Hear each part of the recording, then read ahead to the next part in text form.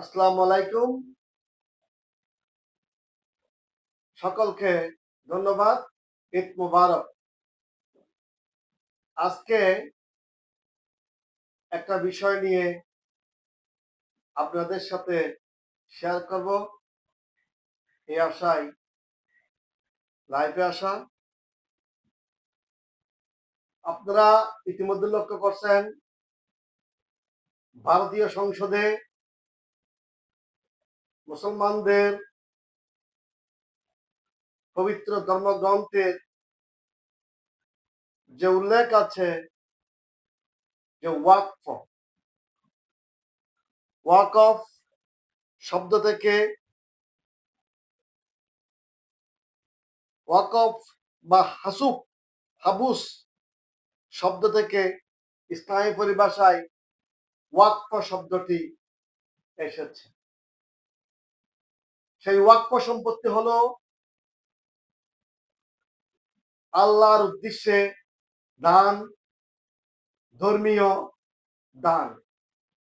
এটা মসজিদ, মাদ্রাসা, এতিমখানা করার জন্য যে দান, তাকে বলা হয় ওয়াকফ। ওয়াকফ সম্পত্তি একজন মুসলমান দান করে আল্লাহর রাস্তায়, মসজিদ, মাদ্রাসা, এতিমখানা করার উদ্দেশ্যে, মসজিদ, মাদ্রাসা, এতিমখানার উন্নয়নের জন্য, তৈরির জন্য, পরিচালনার জন্য ওয়াকফ সম্পত্তি একজন মুসলমান তার নিজের জীবনে, মানুষের জীবনে life, liberty and property in the constitutional rights, একটা কথা আছে, লাইফ, লিবার্টি অ্যান্ড প্রপার্টি। তাহলে একটা মানুষ তার জীবনের সঞ্চিত অর্জিত সম্পদ আল্লাহর রাস্তায় দান করে। কিসের জন্য? ভবিষ্যতের জন্য, যে মৃত্যু পরবর্তী আল্লাহর নিকট হইতে পাওয়ার জন্য। সেখানে সেটাকে বলা হয়েছে ওয়াকফ, আল্লাহর রাস্তায় দান। এখন ভারতীয় সংসদে অতি সম্প্রতি মুসলমানদের এই আইনকে, এই সম্পদকে হস্তক্ষেপ করা হয়েছে।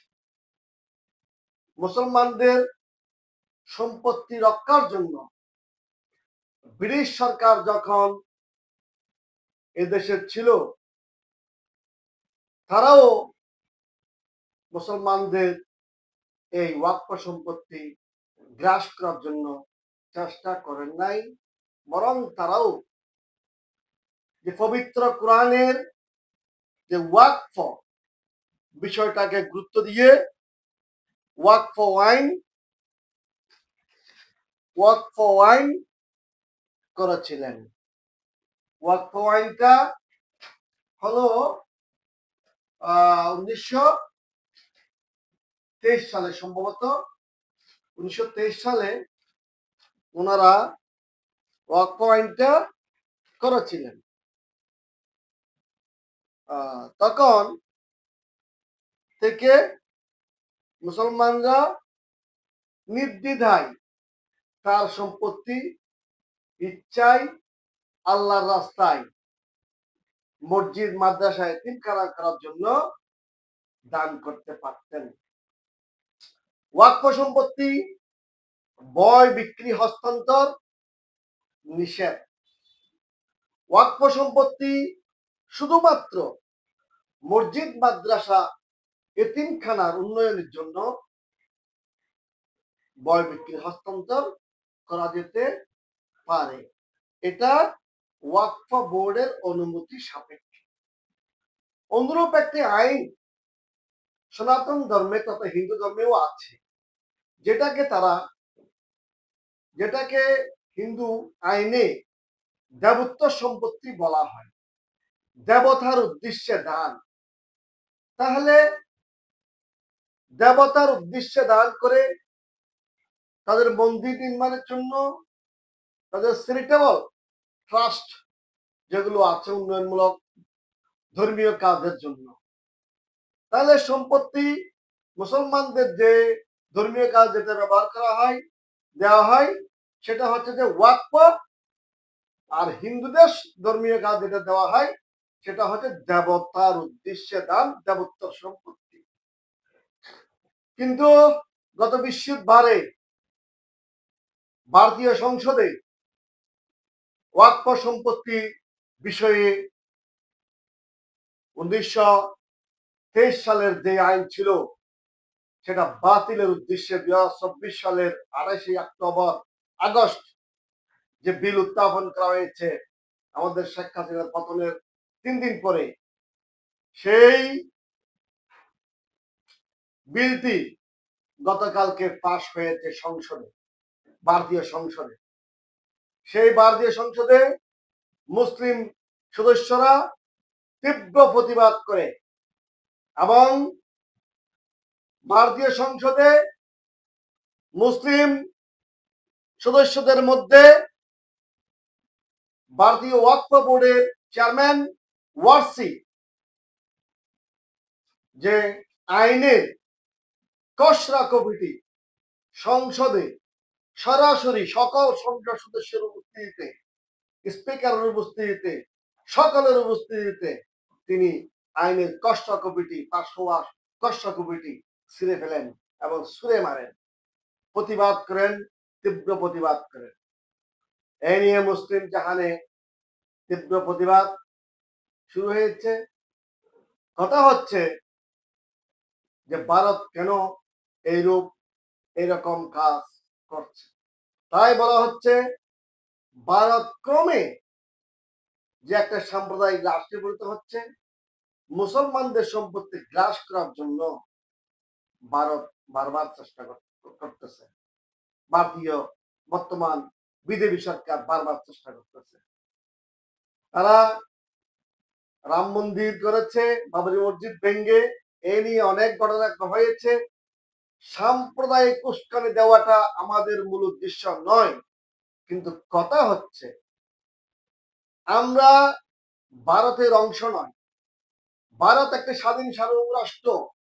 ভারতীয় পার্লামেন্টে ভারত যা চাইবে তা করতে পারবে। এইটা যেমন ঠিক পবিত্র কোরআনকে অবমাননা করে, ইসলামী সরাসরিয়তকে অবমাননা করে কেউ যদি কোনো কাজকর্ম করে, একজন মুসলমান হিসাবে, একজন ইমানদার হিসাবে আমাদেরও উচিত হবে তার প্রতিবাদ করা।